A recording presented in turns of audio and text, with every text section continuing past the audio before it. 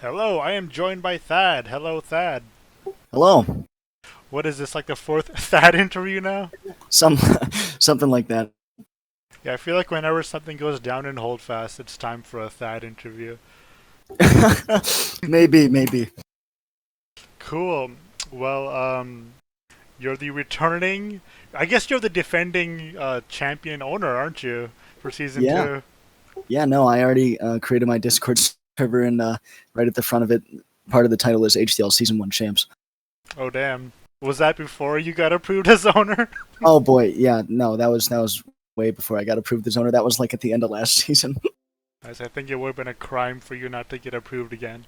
I agree. I'm going for round 2. Um, So what made you want to be captain again? Is it just like as simple as just defending your championship, or like did you really like how it went down like the first time? Yeah, no, as of late, in between HDLs and in between RGLs, um, part of the dueling scene is a big part of Holdfast. But yeah, no, group fighting has really taken hold in the melee scene, recently, and there's a lot of really good new players. So partially that, there being a lot of new talent out there, but also, yeah, trying to defend my championship. Let's hope you do. Um, so I want to talk a bit about like the IGLs. I think the first time around you didn't have like a set in stone IGL. I know that you were talking for most of it, but then you would also have like others chiming in. Um, so like, what are the plans for this time around? Like, are you going to be looking to draft an IGL, or are you going to be kind of taking over again? Yeah, no. Last year I kind of tried to not control the team as much as possible, but to control the trades and that sort of thing. But really, my strategy is just to draft good players, and stick with that team. Build some good synergy. And then it worked for me last year. So hopefully I can get another solid draft. Part of my draft strategy last year was to draft a really strong like mid tier lineup, so that you have your superstars, but the backbone of the team is really those mid tier players. So that's kind of my strategy going in, is to get a really good middle draft. You're not gonna be like, oh, like this person's really good at IGL. Like I'm gonna kind of ignore like what they do on like the fragging end and just draft them specifically for IGLing. Yeah, no, definitely I'll draft some superstars. Right, you got to have those. But really, my focus is really going to be on the middle draft, because after the first 10 picks, a lot of captains or a lot of owners really don't know what to do from there. So that's kind of my plan going in, is to have a kind of lineup, not set in stone, but like this is who I want to draft, and just have a really strong middle draft. I guess that's really my strategy. So there are no waivers this time around. I know that Liam and Jamster and maybe a few others, I think Cutlash maybe, Yeah, they were like really solid for your teams, whereas like other teams got people such as Pryad who maybe weren't so didn't contribute as much, right? So right. like how does this change things like not depending on waivers at all? Yeah, for me it changes a lot from last year. Last year, going into the draft, I knew there was going to be waivers. All right, I think it was announced shortly after the draft, but yeah, no, that's definitely going to hurt me, just because that brings even more attention to the draft in that respect. But obviously last year, like you said, I got Liam, Cutlash, Jamster, which were all very good waiver picks. Um, but there's a lot more people signed up this year, and there's a lot more to pick from. So in the long run, I don't think it's going to hurt me that much, but definitely something to keep in mind. The draft pool is like amazing this time around. Like I have myself going like late third or early fourth, and I've been milling for like since 2017. So Yeah, no, there's definitely a lot more talent in this draft than there was the last draft. But like I said, talent can only get you so far. The majority of your players are going to be midfield players, and mid tier players. So yeah, so I do want to talk a bit about Jamster because I think he was a bit of a different case than some of the other waiver picks. So what happened with Jamster is he was sort of like he re-signed up because he was originally part of the Washington group fight team, right? And then we know what happened with that, and then he sort of signed up again. But I think we were trying to get them like back onto teams like as soon as possible, and we didn't really like wait at all for them to all sign back up. So I think when we were doing like the RNG thing, he signed up like when it was your turn or something like that, and then other people didn't really have the chance to pick him up. And then I think we had a bit of an argument about that. So like, do you think it was fair for you to get Jamster? Um, to be honest with you, I can't really remember that well. I think it was a situation like that where it was kind of like, oh, this guy just signed up, I better pick him up. But I think it's fair overall, just because you know, waivers are waivers. It might not have been fair to the other teams that he signed up so late, and it just happened to be my turn. But if it would have been anyone else's turn, I don't think I would have complained. Yeah, So, it's like the equivalent of someone joining like the pickups VC late when there's only mhm, like 8 people right, left, right? yeah, It's like the equivalent, not saying Jamster is as good as Adam, but just like a Kappa joining when there's only like 5 people to choose from left, right? right, But yeah, no, and Jamster was obviously very, very good for us, but in the long run, I think, I don't think it would have changed the overall outcome of the season, but definitely a solid pickup. cool. Um, so owners aren't announced yet, but I think we generally know like who got approved. So how do you think you stack up with the other owners? Uh, to be honest with you, I think I stack up well. Having a little bit of experience from last year, kind of learning from my mistakes, that sort of thing. Um, and I kind of have an idea of who's going to be an owner, but I really don't know at this point. They've really only confirmed me like in DMs. So try to keep that on the DL a little bit. But yeah, I mean, it's definitely going to be a challenge. I have been out of the melee scene for a couple months now, so it's going to be kind of a wake up call to draft a bunch of good players. But I have been keeping an eye out on those pickup statistics and that sort of thing. So I think I stack up pretty well, just because of my experience from season one. Let's actually get into some of those pickup statistics. So what are you like valuing more, and what are you looking at? Because there's like pickups and there's like regimental stuff, and then you could even like just hop into spectator and just start spectating and recording people, right? So like, what Mhm. are your sort of strategies for, I guess, scouting would be the best term. First thing, obviously, you look at the kills because the statistics only show the screenshots of the afterboard. But I'm really looking for synergy. Last year, my mid round drafts were a lot of TRR guys. And obviously they've gotten a lot better, but I'm kind of looking for duos or trios of people in certain, in the same regiments rather, that can work really well together. And maybe I'll put those three on the connector, or those three on the flank, or those two in the connector, two on the flank. But I'm just looking for people that have synergy together.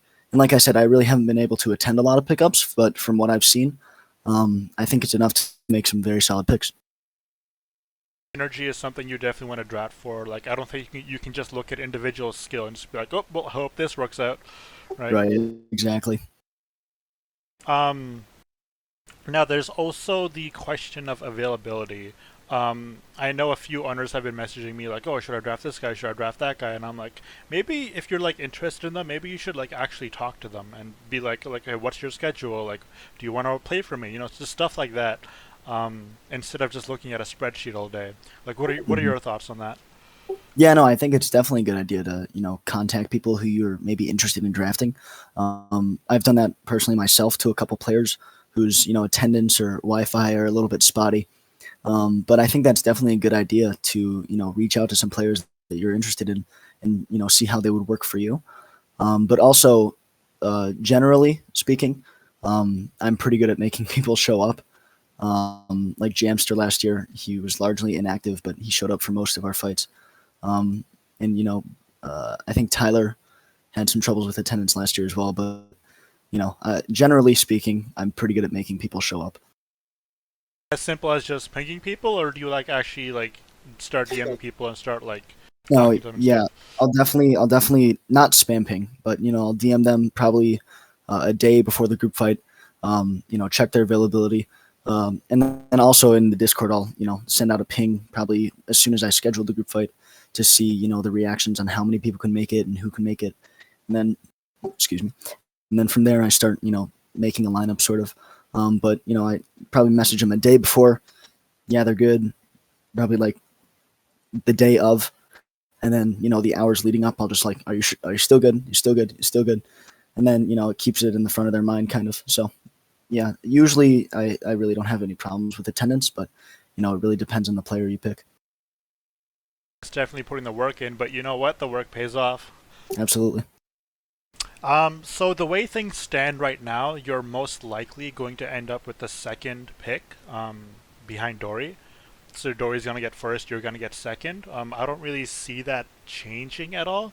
Um, so I believe, like Dory, I don't think has confirmed he's gonna be picking Starblazer, but I think we all know he's gonna be picking Hmm. Starblazer because Yeah, he Starblazer just completely like wreaked he's really on havoc. another level. Yeah, I he mean, wreaked havoc in the yeah, season one, and he's still doing very well. yeah, Um, he's definitely still fucking shit up. So, so that leaves you with either like a Reddish or a map up. So sort of like, what are you thinking for the second pick? uh, like you said, it's not confirmed that I have the second pick, but it's very probable. Um, I'm definitely a worse group fighter than Dory. If any HDL administrators are listening, but yeah, no, I think Reddish is a very, very solid group fighter. Obviously, he's a superstar. But either Reddish or Matt Bob, it really depends. I really haven't figured out my strategy so far as if I'm going to stack flanks, if I'm going to go for middles. But I definitely feel like both of them are strong players, and if you use them correctly, both of them could be very beneficial. So we're not going to be getting any announcements here of who you're going to be picking second. No, no, not yet. To be honest, I really haven't decided. Um, and it's definitely going to be a hard choice, but I think I'll be able to make the right decision. Cool, cool. Let's talk about some of your 26 members. Derp, Shane. Are you going to be on like a special lookout for them, or is this anyone up for grabs? No, anyone is up for grabs. I really don't. Like I said before, it's really synergy. If let's say a 45E guy and a TRR guy work really well together in pickups, and you see that. I really don't really worry about regiments in the draft. Um, but Shane and Derp have been improving, um, regardless of the community's view on them. I think they're both decent group fighters. I think Shane more so than Derp. But yeah, no, I really don't look at regiment. Cool. So one like really like landmark grab that you made the first time around was Sin, with the first pick. What did you see like of Sin like back then, and kind of like what are you seeing now? Because he did sign back up. Yeah, no, I think Sin is obviously still a very strong player. But back when I was, picking, I was kind of dead set on Matt Bob, until like the day of the draft. But Sin was just absolutely destroying everyone in pickups last year. And part of my strategy last year was to go for a very solid middle, kind of one that I really didn't need to worry about as much, and I could just focus on my flank players. Um, so I thought to myself, after picking Sin, I can just go for some flanks because whoever you throw in there with Sin is probably going to work pretty well. So I thought that was like a safer option, if you will. Okay. Um, so no plans on Sin this time around? I don't know. I have, like I said, I haven't been pickups. But yeah, I'll definitely keep an eye on him. Like I said, I think he's probably still a superstar. So, yeah. What do you think of some of these like players that have like very high melee ability, but their availability is somewhat dodgy? Like, I guess Sid would fall into that category. Then you have others like Bob and Blazy. Like, it's always like a high risk, high reward sort of deal with these kind of players. So, like, where do you fall in that? I think if I could take like a high level player, not necessarily a superstar, that shows up to every group fight consistently, I'd probably take that over a superstar that shows up spotty. Just because you have that kind of security that you'll have that spot lockdown. Like Sin last year, his attendance started getting spotty towards the end of HDL just because it went so long. But like I said, I was really good about keeping on him about attending and that sort of thing. Cool. I think we're actually done. Any final thoughts or comments on HDL or owners or draft picks or anything? I just think this year's going to be a lot of fun. There's 8 owners, um, so that'll obviously throw kind of a wrench into the mix. You're not gonna get as many high draft picks as you did last year. So I think it's going to be a lot, maybe not a lot more fun than last year, but definitely a lot more interesting to see, who shines the brightest. Awesome. Yeah. I actually don't think we talked about trades at all. I think trades are going to be like really, really important this year because there's no waivers, right?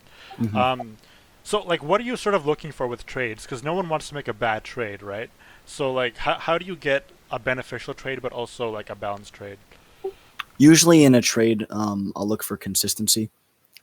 Really, the only reason I made a trade last year, I would have gone the whole season without trading Adam, but he really wanted to be with the 45E guys on K-pop's team, and I thought Verb was a really solid player, and he played really well for us in the final stages of last year.